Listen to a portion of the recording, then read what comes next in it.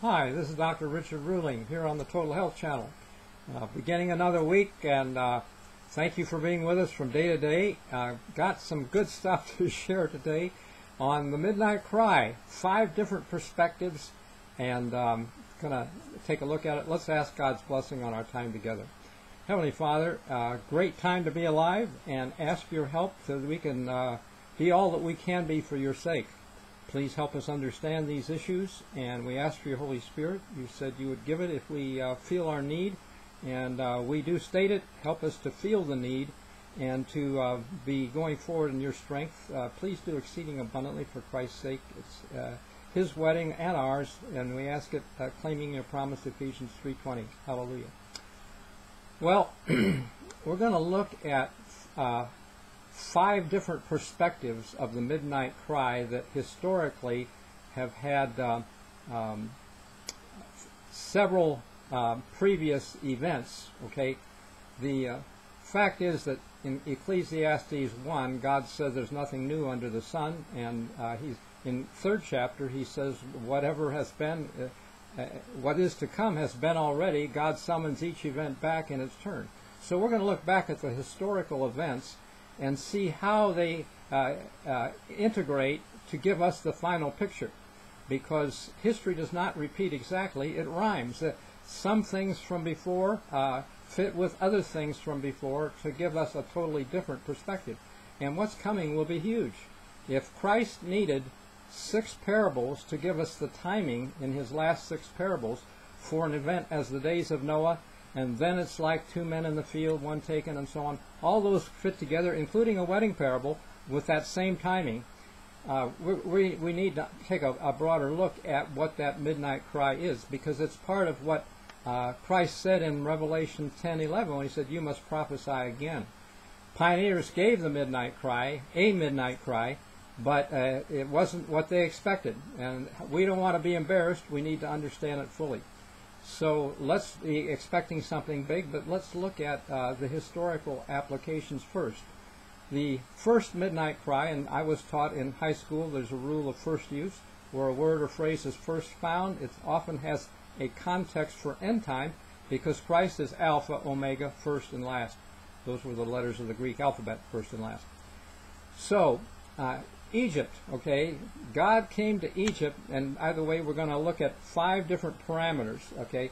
Number 1 is, well, let's just deal with Egypt first. It'll come to mind in a minute or two. Egypt was the first place we find a midnight cry, and God, Egypt was a time of judgment, number 1, and it was a time of marriage, number 2. Because God took Israel to a covenant and said, "I'm married to you," in Jeremiah 3:14. So, time of judgment. They were to pray that God would pass over them, and then they were. It was also marriage. And by the way, marriage takes judgment. So, yeah, you in order to get it right, and God is looking for a good bride for Christ. He himself took an ignorant bride at Sinai.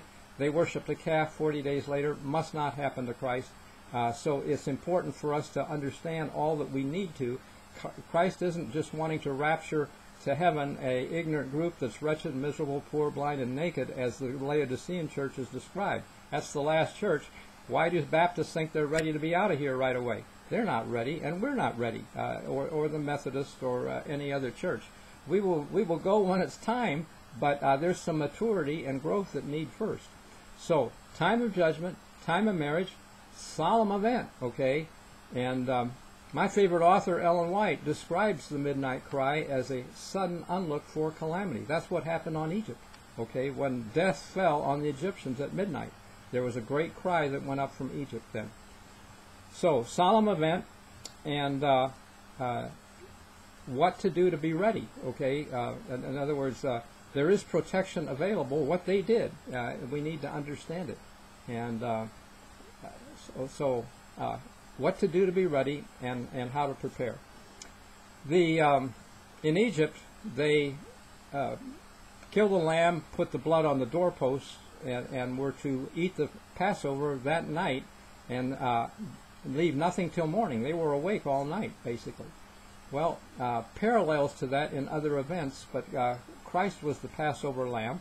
and we don't have to kill lambs now, but in his time, that midnight cry, an event happened at midnight that could make people cry when the Romans, actually the Jews came, captured Christ because he'd been betrayed, and then took him to the Romans for trial.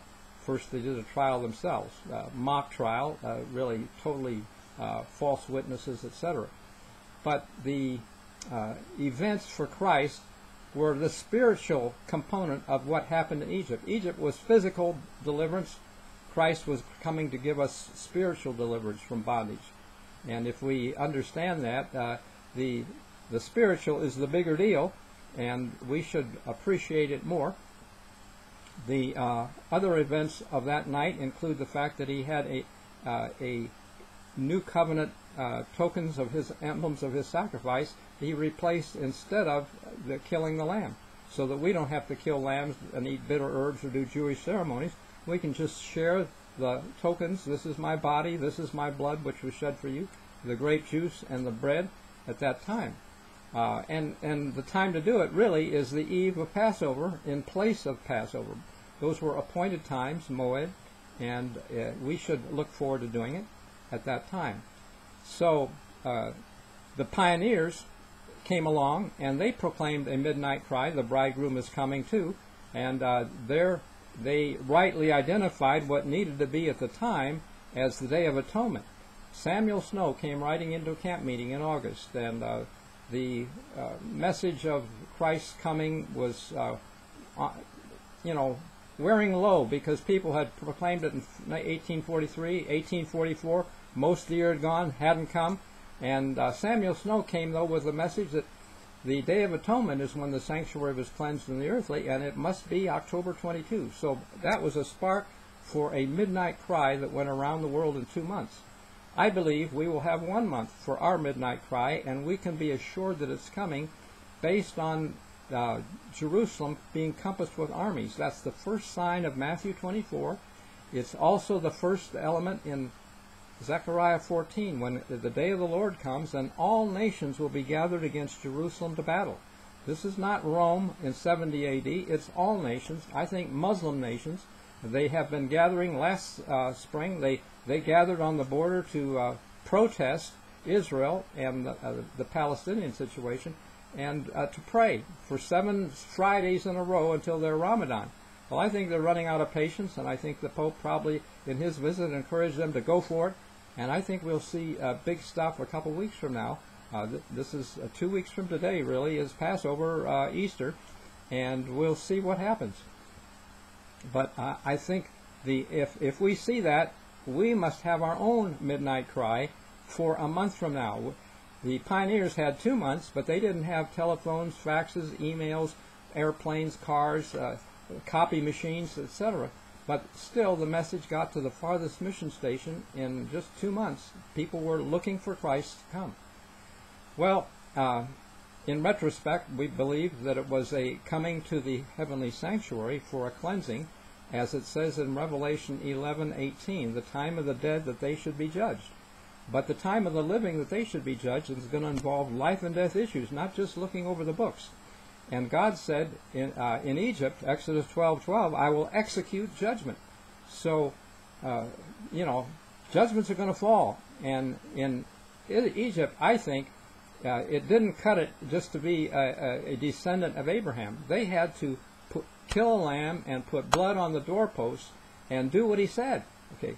And today, I think lots of people say, oh, Jesus is going to save me, Jesus is going to save me. How will he do it if we don't do what he said? He said to watch. Okay, watch means be awake. The Greek word Gregorio, that's the meaning of it. And you can't be awake every night. You got to know when it is. It's at Passover, but with one important modification for us, as clued by Christ's closing parables, as the days of Noah. A month later was the Passover, because Noah was in contact with a dead body. That's a 9/11 clue. Numbers 9, verse 10 and 11. If you have contact with a dead body, you're unclean. You keep Passover a month later. Noah buried his grandfather Methuselah. Methuselah means at his death the sending forth of waters. Methuselah's son Lamech had already died, so Noah had the first duty as the grandson to bury his grandfather. having said that, we should understand then that all those parables are connected. The next parable says, then shall two be in the field. Then means same time, or as immediate consequence. And then when 5 women missed the wedding, Christ said, watch, you don't know, it's like a man traveling to a far country. Again, a 9/11 clue, Numbers 9, verse 10, 11, says if you're in a journey afar off, and you should keep Passover the 2nd month. When Israelites couldn't come back to Jerusalem in time for Passover, they kept it the 2nd month. The disciples understood that. We are poor disciples not to understand it, and we just think, can't know, won't know, never know, nobody's going to know. Well, Amos 3:7 said God isn't going to do anything without revealing it. So need to tune in, because otherwise we'll be foolish virgins if we just wait and see.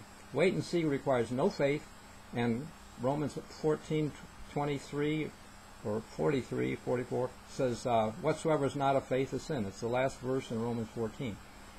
So those are perspectives that we really should understand, and Paul is one more witness. We've looked at historically Egypt, we've looked at Christ, we've looked at the midnight cry in 1844. We've seen that Ellen White said the midnight cry is a sudden unlooked-for calamity, something that brings the soul face to face with death. We don't see that. We just think investigative judgment, going over the books. We don't see a Sunday law anywhere. I'm telling you, before a Sunday law comes, represented by a 3rd angel's message, there will be life and death represented by 1st angel's message, and we are blind, as the messenger in Revelation 3:17 is, not to see it.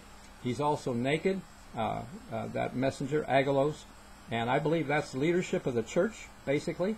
And where you see a man thrown out for no wedding garment in Matthew 22, that's church leadership, I think. They're naked, okay? How can you be naked in one passage and not thrown out in another passage for no wedding garment? And the fact is that Revelation 3 is also a wedding message. It is parallel to Luke's wedding parable, where it says in Luke that to be ready when I come and knock, that you open immediately. Christ knocks in Revelation 3:20. We're supposed to open.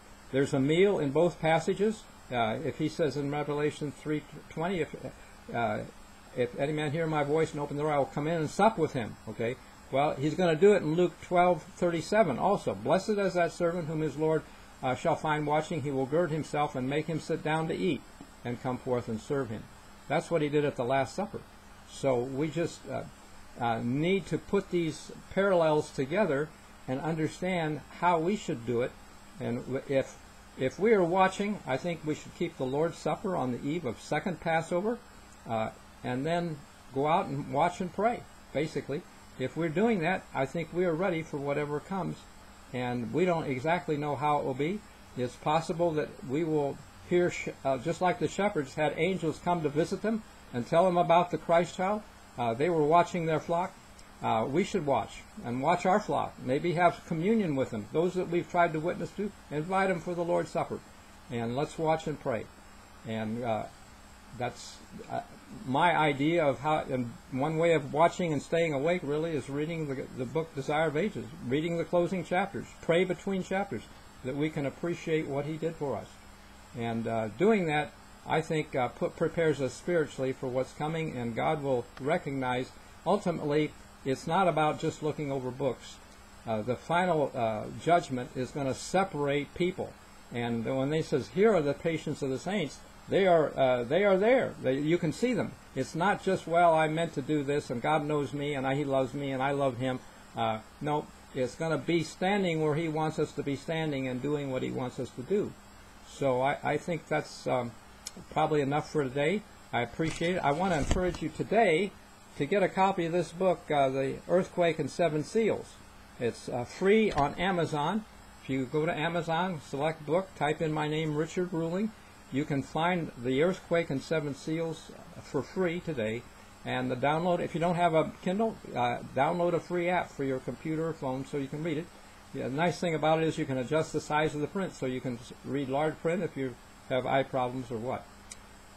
So, thank you very much for considering this. Please like it, share it with others, and let's keep moving forward. On a bicycle, you either tip over if you're not going forward. You have to make progress, and part of this is that the king's servants in Matthew 22 are for about 7 verses, the king's servants are inviting people to a wedding. Are we doing it? How are we doing it? We're going to talk about the wedding parables. We were going to do it today, but I thought this perspective of the midnight cry is the invitation. The bridegroom comes. Go ye out to meet him. And we need to understand these different perspectives. We've looked at it. I didn't share much from Paul's perspective, but 1 Thessalonians 5, verse 2 and 3 says, the day of the Lord, which is the end time period, comes as a thief in the night. When they're saying peace and safety, sudden destruction comes. Well, the peace and safety is everything that's happening in the world around, trying to make things secure. I can't even get into the internet sometimes, logged in to the email. It changes. They change your password, and you need secure mobile phones. Crazy how much peace and security there is over something that's not important. But big things going to happen with Middle East, I think, soon. We'll have to watch and see what happens 2 weeks from now, but that could trigger the signal for a midnight cry like we just talked about, where we do everything we can, like pioneers did, to invite them to a wedding. They did it well. They even, some of them sold their homes or left their potatoes in the field just to get the message around the world. Christ deserves 144,000 who are expecting him on the eve of second Passover, who will be watching and praying. And right now I don't see how it's going to happen, but maybe you do. So let's think and pray about it. God bless.